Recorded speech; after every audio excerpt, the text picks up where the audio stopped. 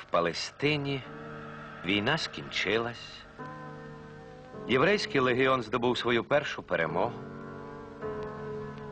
Володимира Жаботинського нагородили орденом Британської імперії, і він вирушив до Європи на Всесвітній сіоністський конгрес в Базель. Тут до нього і звернувся Симон Петлюра. Він просив допомогти створити єврейські частини в армії Української Народної Республіки і взяти під охорону єврейські містечка, покласти край погромам. Володимир Жаботинський пропозицію Симона Петлюри прийняв. Він писав: ні Петлюра, ні Винниченко, ні всі інші видатні члени цього українського уряду ніколи не були тими, ким їх називають – погромниками. Я добре знаю цей тип українського інтелігента. Я з ними виріс. Разом з ними боровся проти антисемітів і русифікаторів – єврейських і українських.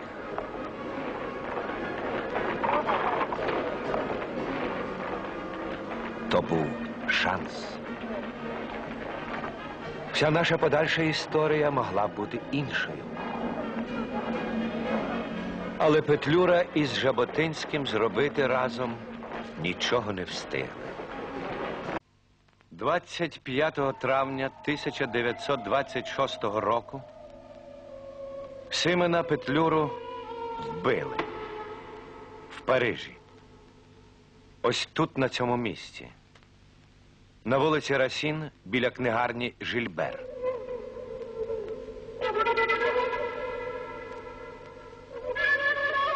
Його убивця – єврей, годинникар Самуїл Шварцбарт.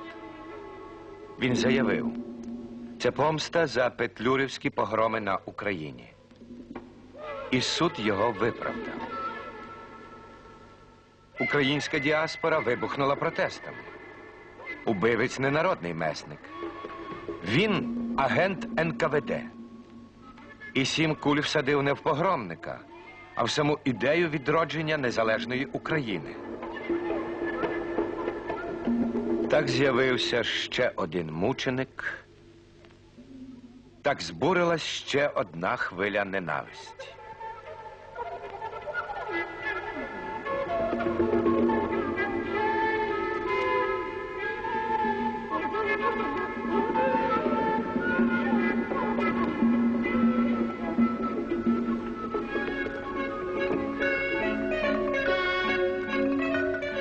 Володимиру Жаботинському єврейська громада до кінця життя не змогла простити його спілки з Петлюрою.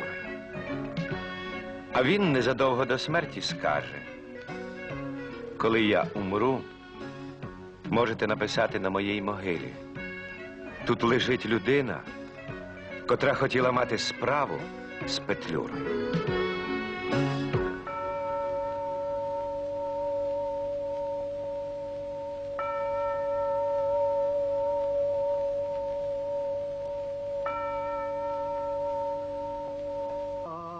Давид Кахане. В минулому головний рабин військово-повітряних сил Ізраїлю, головний рабин Аргентини, а ще раніше в'язень львівського гетто. Багато років рабин Кахане домагається, аби ім'я митрополита Шептицького посіло належне місце на алеї праведників в Єрусалимі. שפטיצקי היה ידוע לפני פרוץ המלחמה הראשונה כאוהב עם... Шептицький був відомий ще до війни як друг і захисник євреїв. На Пасху він посилав бідним єврейським родинам борошно, щось з їжі, дітям подарунки. У дні великих свят він завжди з'являвся у супроводі православного священника і рабина. Коли прийшли німці, я потрапив до гетто. Якось вночі мені пощастило втекти. Я переліз через дріт, ховаючись від патрулів, прокрався через Ієзуїтський сад і опинився перед ворітьми собору святого Юра.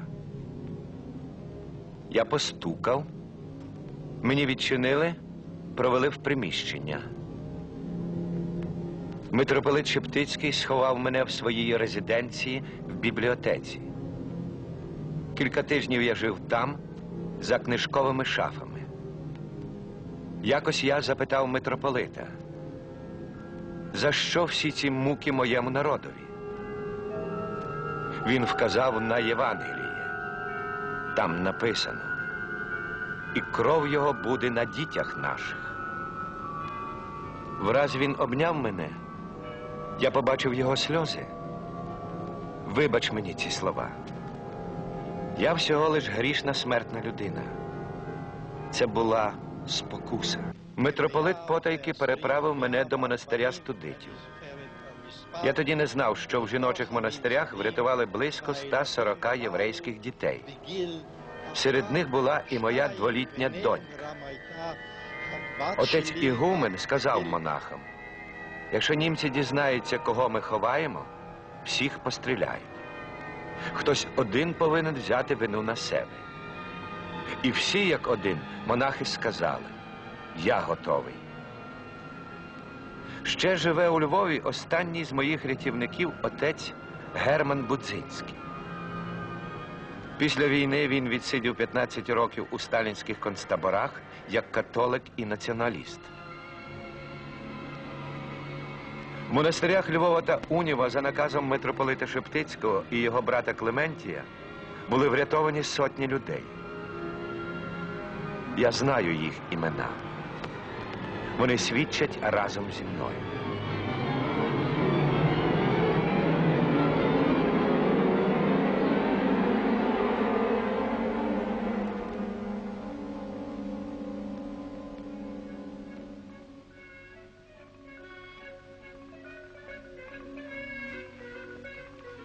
Як мало було у нас духовних лідерів, котрі сказали б: українці і євреї, озирніться.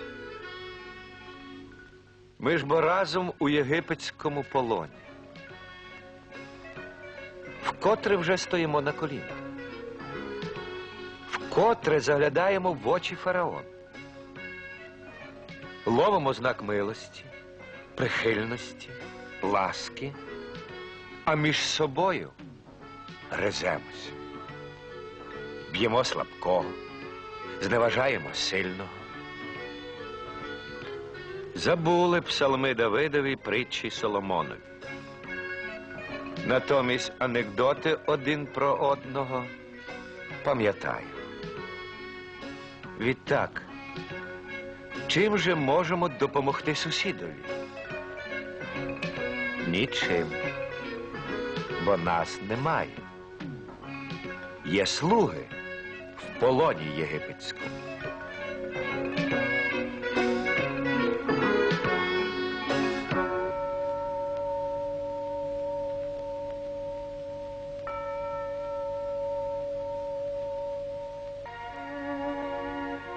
Пророк Мойсей одержав на горі Синай 10 заповідей Господніх для всього людства. Вони єдині, спільні для іудеїв і християн. Нам дані 10 заповідей і свобода дотримуватись або не дотримуватись їх.